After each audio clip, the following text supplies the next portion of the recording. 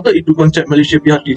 Negara yang pelbagai seperti Malaysia ini amat memerlukan pelbagai idea dan rancangan untuk menyatupadukan rakyat dan bersama-sama membina sebuah negara bangsa yang kukuh, bersatu padu, progresif dan makmur.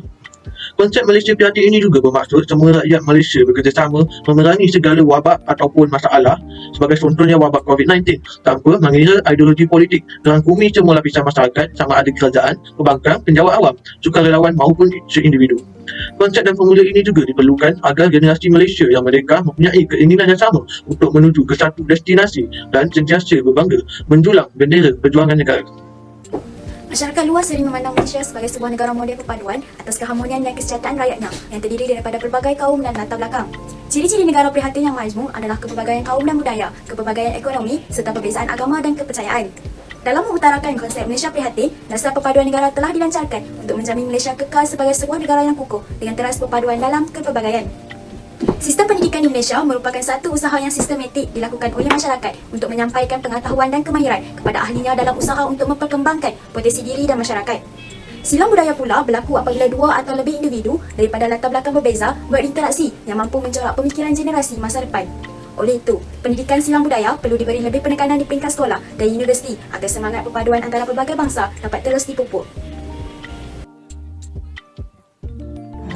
Assalamualaikum warahmatullahi wabarakatuh. Hari ini saya akan menerangkan tentang pendidikan civic dalam konteks Malaysia Prihatin.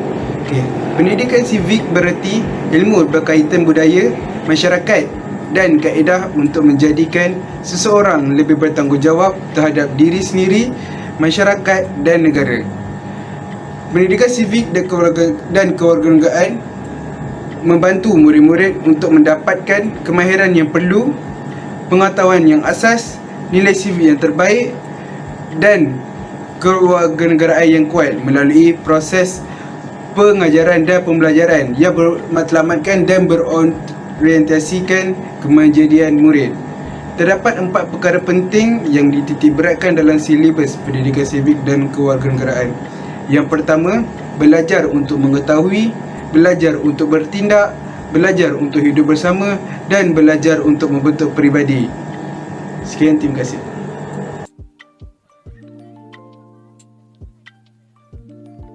Macam kita tahu, pendidikan moral merupakan mata pelajaran yang penting kerana ingin terapkan asas dan etika dalam pembelajaran. Selain itu, kita dapat melahirkan masyarakat yang hidup dalam harmoni dari sejak mereka kecil lagi. Mak kata pepatah, melentur buluh biarlah dari rebungnya.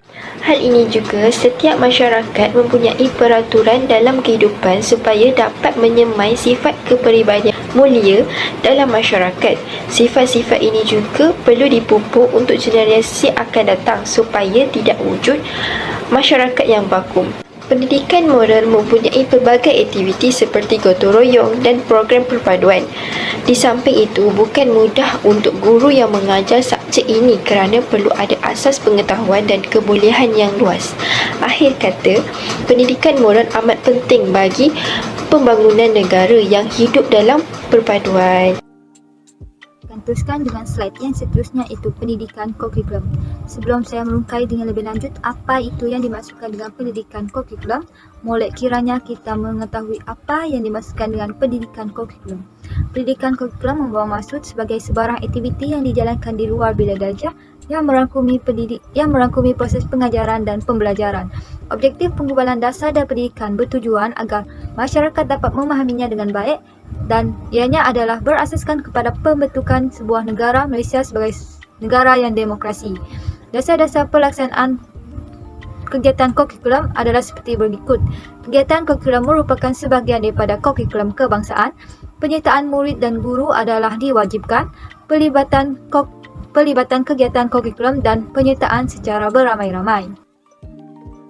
Seperti yang diketahui umum, bahasa Melayu merupakan bahasa kebangsaan Malaysia dan bahasa Melayu juga telah termaktub sebagai bahasa rasmi negara di dalam Perlembagaan Persekutuan Tanah Melayu 1957. Di samping itu juga, bahasa Melayu merupakan bahasa yang paling kerap diguna pakai dalam kehidupan seharian sebagai rakyat Malaysia. Sebagai pertuturan seharian, ini telah mewujudkan serta memantapkan tahap kebahagiaan dan penstrukturan keluarga Malaysia, khususnya dalam bidang pendidikan. Walau bagaimanapun, Penggunaan bahasa asing di peringkat global semakin hari semakin rancak digunakan.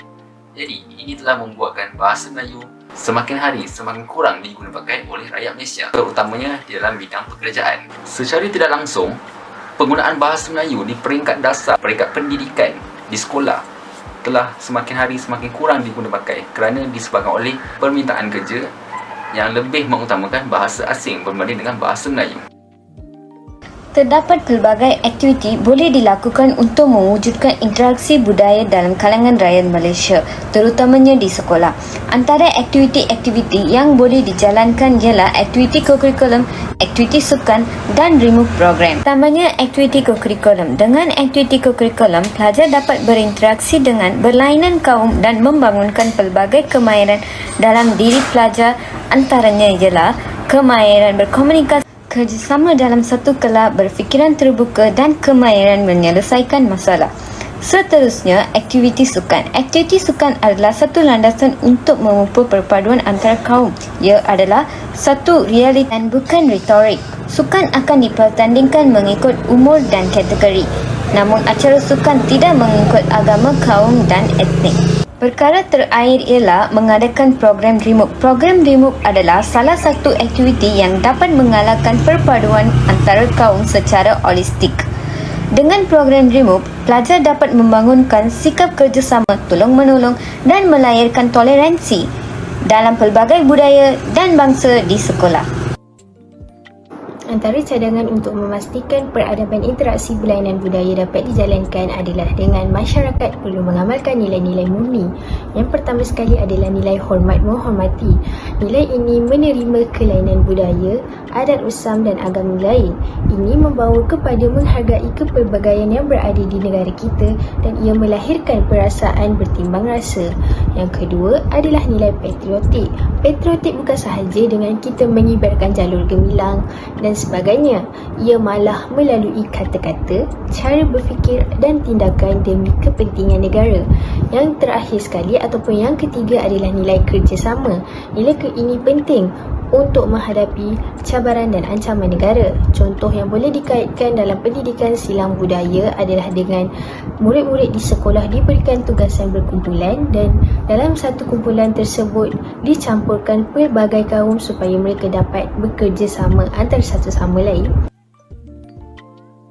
Saya akan membentangkan mengenai cadangan bagaimana peradaban interaksi berlainan budaya boleh dipraktiskan. Kerajaan boleh mengajukan aktiviti dan program bertemakan silang budaya yang melibatkan semua jenis sekolah di negara ini. Contohnya, kerajaan boleh mengadakan program seperti pertukaran murid dan guru antara sekolah-sekolah di Malaysia, pertandingan permainan tradisional dan persembahan budaya. Selain itu, kerajaan juga perlu memastikan pendidikan di sekolah berteraskan pendidikan silang budaya. Contohnya, cara pembelajaran di dalam kelas, subjek dan kandungan yang dipelajari, dan aktiviti di sekolah seperti kurikulum hendaklah memfokuskan kepada penghayatan terhadap konsep silang budaya. Seterusnya, kerajaan juga boleh mengadakan sebuah kempen berkonsepkan pendidikan silang budaya. Antara aktivitinya ialah kempen mengibar bendera jalur gemilang, aktiviti mencipta logo bertemakan kemerdekaan dan sebagainya.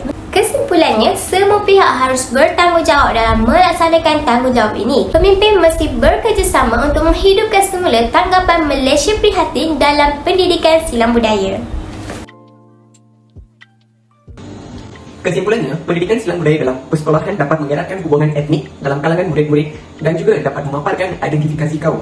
Perpaduan kaum ini dapat diterapkan dalam kalangan pelajar melalui sistem pembelajaran di sekolah. Dengan ini, kita juga dapat menyimpulkan bahawa kepelbagaian kaum merupakan satu keistimewaan di Malaysia.